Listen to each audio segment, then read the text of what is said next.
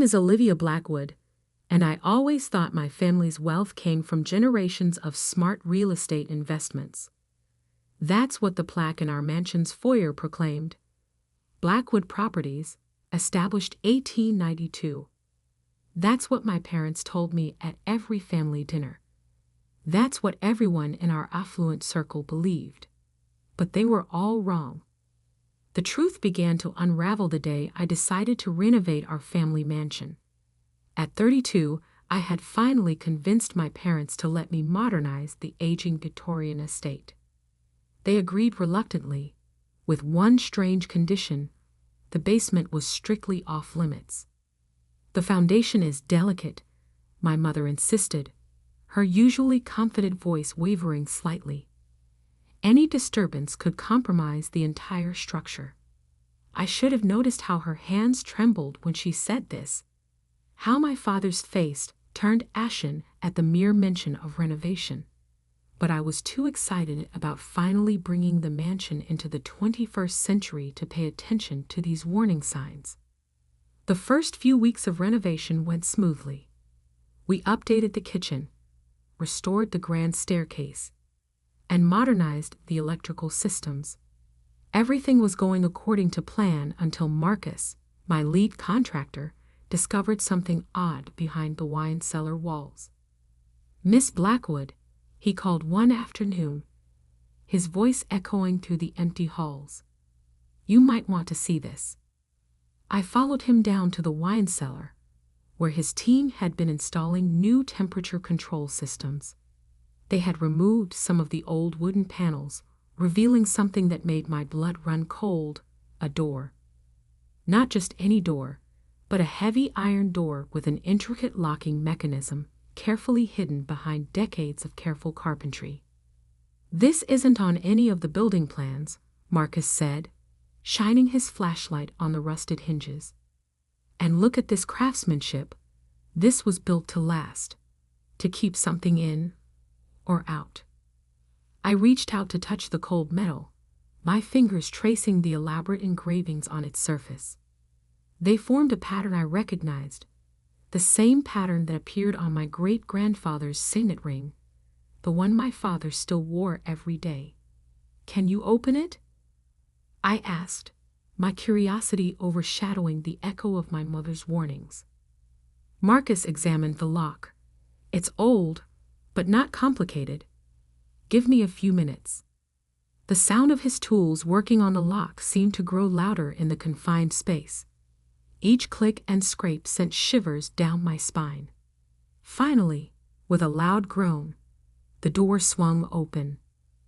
The beam of Marcus's flashlight revealed a narrow corridor stretching into darkness. The air that rushed out was stale, carrying with it the musty smell of secrets long buried. "I'll go first," I said, taking the flashlight from Marcus's hand. "Wait here." The corridor was longer than I expected, its walls lined with shelves holding leather-bound ledgers and stacked papers. At the end stood a massive oak desk, its surface covered in dust, except for one spot, a fresh handprint. Someone had been here recently. My hands trembling, I picked up the nearest ledger. Its pages were filled with neat columns of numbers and names, dates stretching back to the 1890s. As I read, my eyes widened in horror. These weren't real estate transactions. They were something else entirely. Suddenly, I heard footsteps behind me. Before I could turn, a familiar voice spoke. "I told you not to come down here, Olivia." I spun around to face my father, barely recognizing the man illuminated by my flashlight. His usually warm eyes were cold, his face set in grim determination. In his hand, he clutched a small key, the same key I had seen him wearing on a chain around his neck since I was a child. "Dad," I whispered, clutching the ledger to my chest. "What is all this?" He stepped forward, his shadow looming large on the corridor walls. "Put the book down, Olivia. Some secrets should stay buried." But it was too late. I had already seen enough to understand that everything I knew about my family was a lie. The Blackwood fortune wasn't built on real estate at all. It was built on something much darker, something that explained why certain families in our city had mysteriously disappeared over the years, why our basement was always off limits, and why my great-grandfather's portrait seemed to watch us with such sinister satisfaction. I took a step back, bumping into the old desk. "Dad, these records, these names." "You don't understand," he said, advancing slowly. "Everything we did for the family, for our legacy." Behind him, I heard more footsteps. My mother appeared in the doorway, her face pale in the dim light. "Harrison," she called to my father, her voice urgent. "She needs to know. It's time." My father stopped, his shoulders sagging slightly. "She's not ready." "I wasn't ready either," my mother replied. "But the legacy must continue. And now that she's found this place," she gestured to the room full of dark secrets, "she needs to understand her inheritance." I looked between them, these people I thought I knew so well, suddenly strangers in the shadows of our family's true history. The ledger in my hands felt heavy with the weight of generations of secrets. And as my parents began to tell me the truth about the Blackwood legacy, I realized that the renovation of our old mansion had uncovered more than just hidden rooms and forgotten doorways. It had uncovered the dark foundation upon which our entire family fortune was built, a foundation that would soon force me to make an impossible choice between preserving my family's legacy and saving my own soul. The basement air grew colder as my parents led me deeper into the hidden corridor. My father's signet ring gleamed in the flashlight beam as he pulled out another leather-bound book from the shelves. "The Blackwood legacy began in 1892, he started, his voice taking on a tone I'd never heard before. "Your great-grandfather, Edmund Blackwood, wasn't just a real estate developer. He was what you might call a collector of debts." He opened the book, revealing pages of names, dates, and amounts. But these weren't ordinary loans. Each entry ended with the same chilling note: property acquired through complete forfeiture. "I don't understand," I said, though a horrible suspicion was beginning to form. My mother's hand touched my shoulder. "Edmund discovered something powerful during the economic crisis of the 1890s. People would do anything to save their homes, their businesses, their families. Anything." My voice trembled. "He offered them contracts," my father continued. "Magical contracts, bound by blood and ancient rituals. They would receive whatever they desperately needed: money, power, success. In return, they pledged something far more valuable than mere property: their souls." I whispered, the words feeling ridiculous even as they left my mouth. But my parents didn't laugh. "Not exactly," my mother said. "Their fate, their future, everything they could or would become. When the contract came due, they simply disappeared. Their properties, their wealth, everything transferred to the Blackwood family." I stared at the ledger, understanding now why certain names seemed familiar. They were prominent families who had mysteriously vanished over the years, their disappearances written off as accidents or unexplained tragedies. "The contracts," my father explained, "were designed by Edmund using knowledge he gained from certain entities, beings that exist in the spaces between what's real and what's not. They ensure the terms are met, one way or another." My mother pulled out another book, this one newer. "The business evolved over time. We became more selective, more discreet.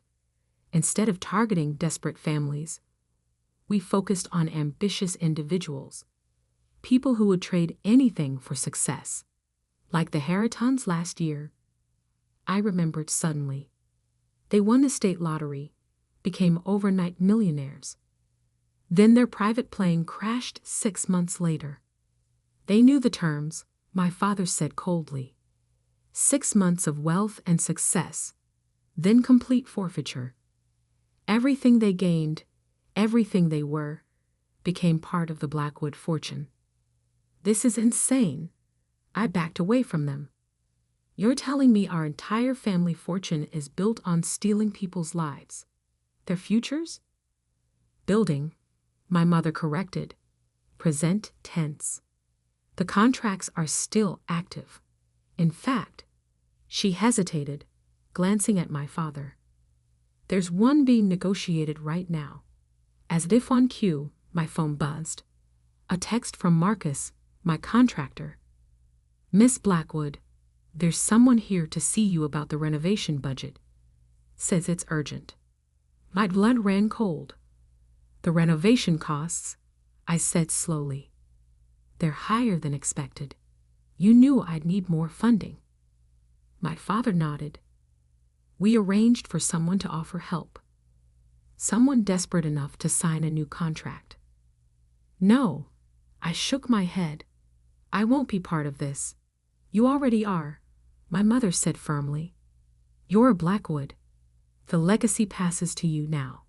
You must learn to manage the contracts, to maintain the family business. And if I refuse, my father's expression darkened. You can't. The moment you entered this room, you became bound to the legacy. The entities that enforce our contracts. They're aware of you now. I looked around the room, suddenly feeling watched by something beyond the shadows. The air seemed to thicken, and in the corners of my vision, I caught glimpses of movement that shouldn't be possible. There's more, my mother added. The contracts require active management. If the Blackwood line fails to maintain them, she shuddered. Let's just say the entities would claim everything, including us. I sank into the old desk chair, my mind reeling. How many? I asked. How many active contracts are there? My father pulled out a modern laptop, incongruous in this ancient space.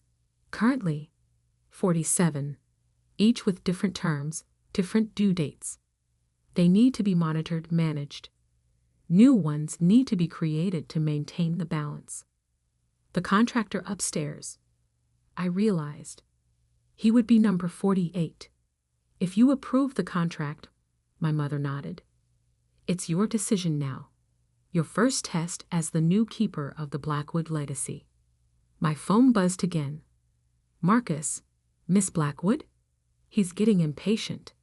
I stared at the message, understanding now that I stood at a crossroads.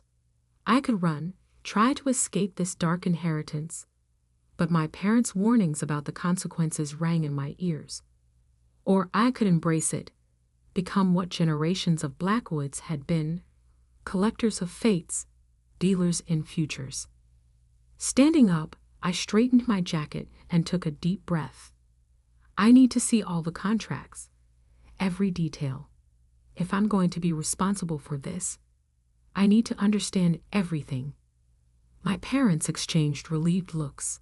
Of course, my father said, moving toward a modern filing cabinet hidden in the shadows. But first, you need to deal with the situation upstairs. I walked toward the door, then paused. Just tell me one thing. When you paid for my college education, for my first apartment, for everything, whose fate paid for it?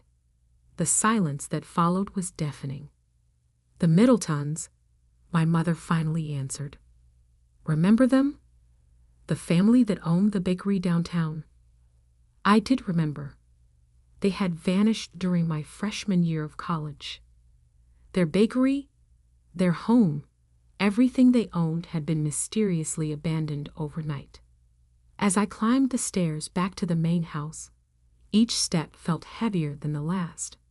Upstairs, a desperate person waited, ready to trade their future for immediate success. and I had to decide whether to continue my family's dark legacy or find another way, if another way even existed.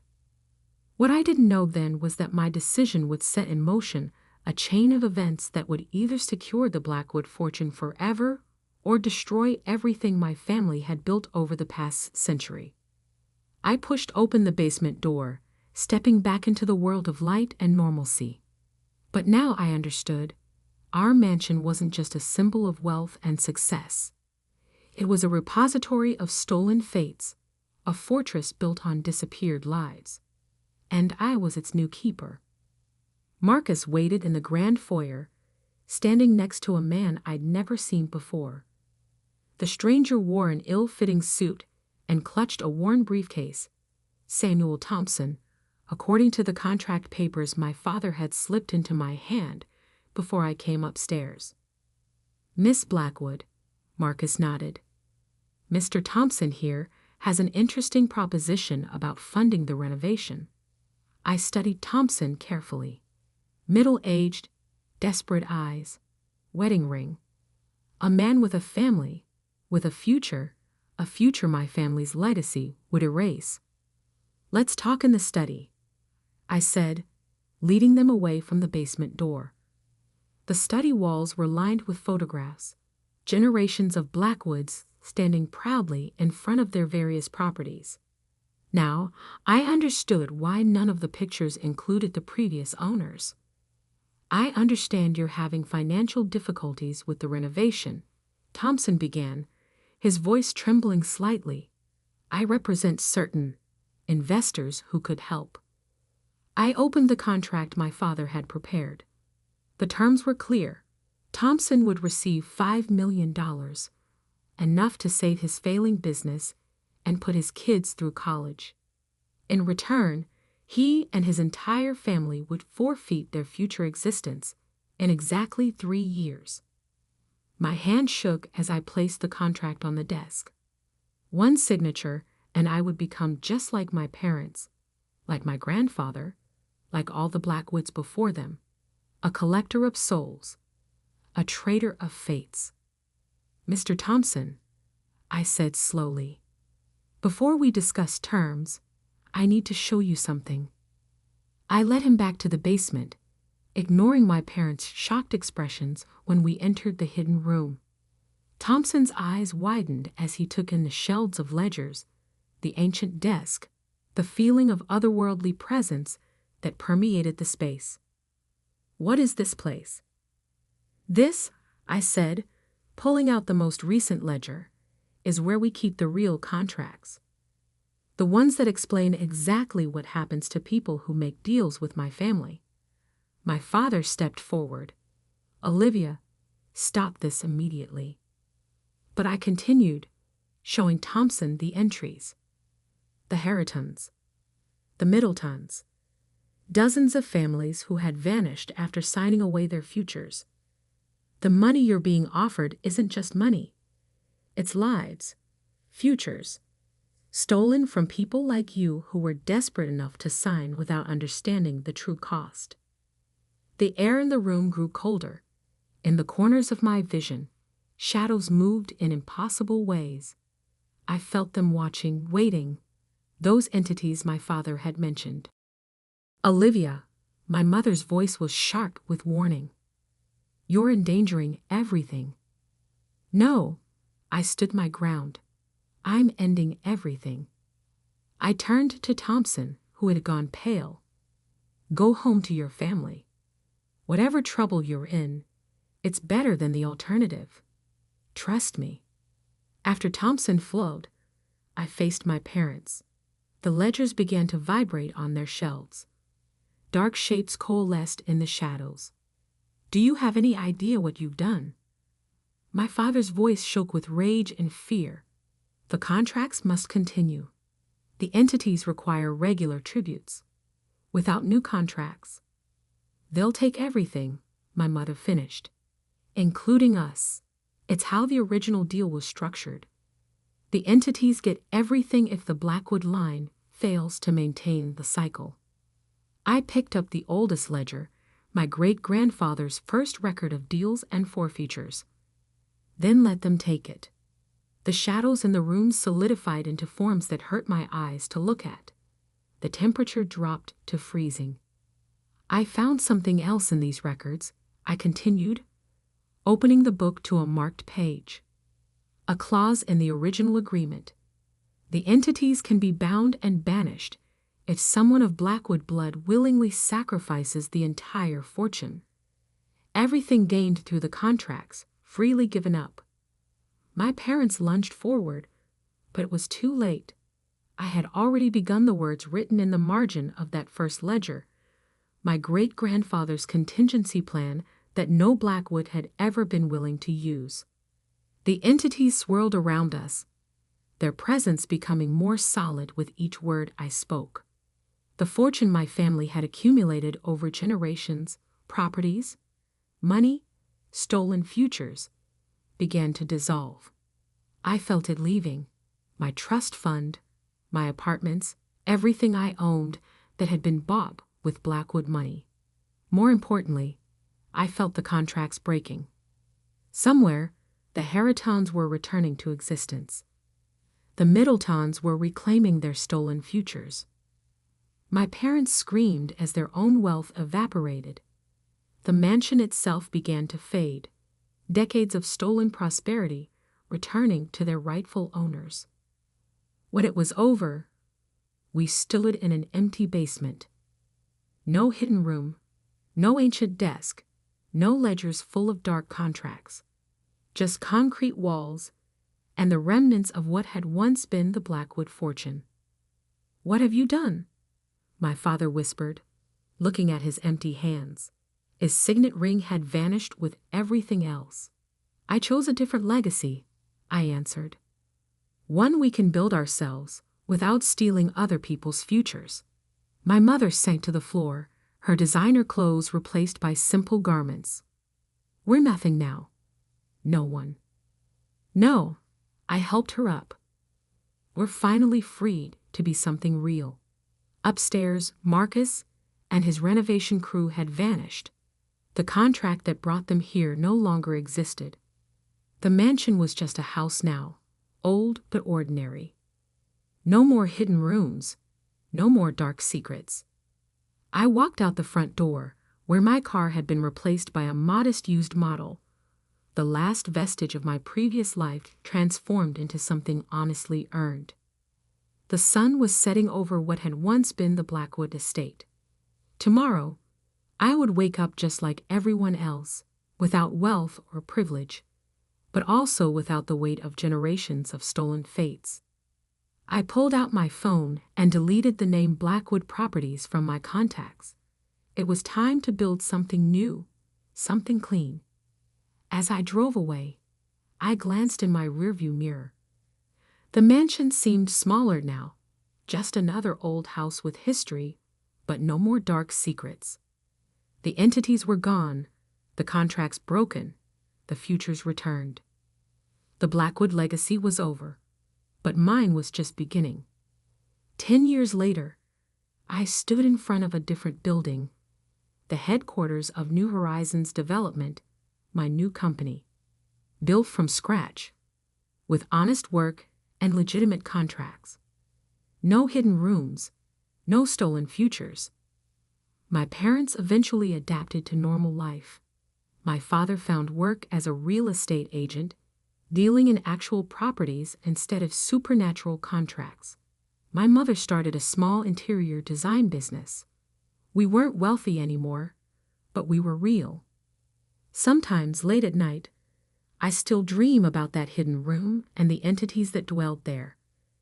But then I wake up and look at what I've built, a life that's truly mine, a success that didn't cost anyone else their future. The plaque on my office wall reads, "Founded 2023, a new legacy, started by choice rather than inheritance." And in my desk drawer, I keep one thing from that old basement, a blank page from my great-grandfather's ledger, a reminder that sometimes the most valuable thing you can inherit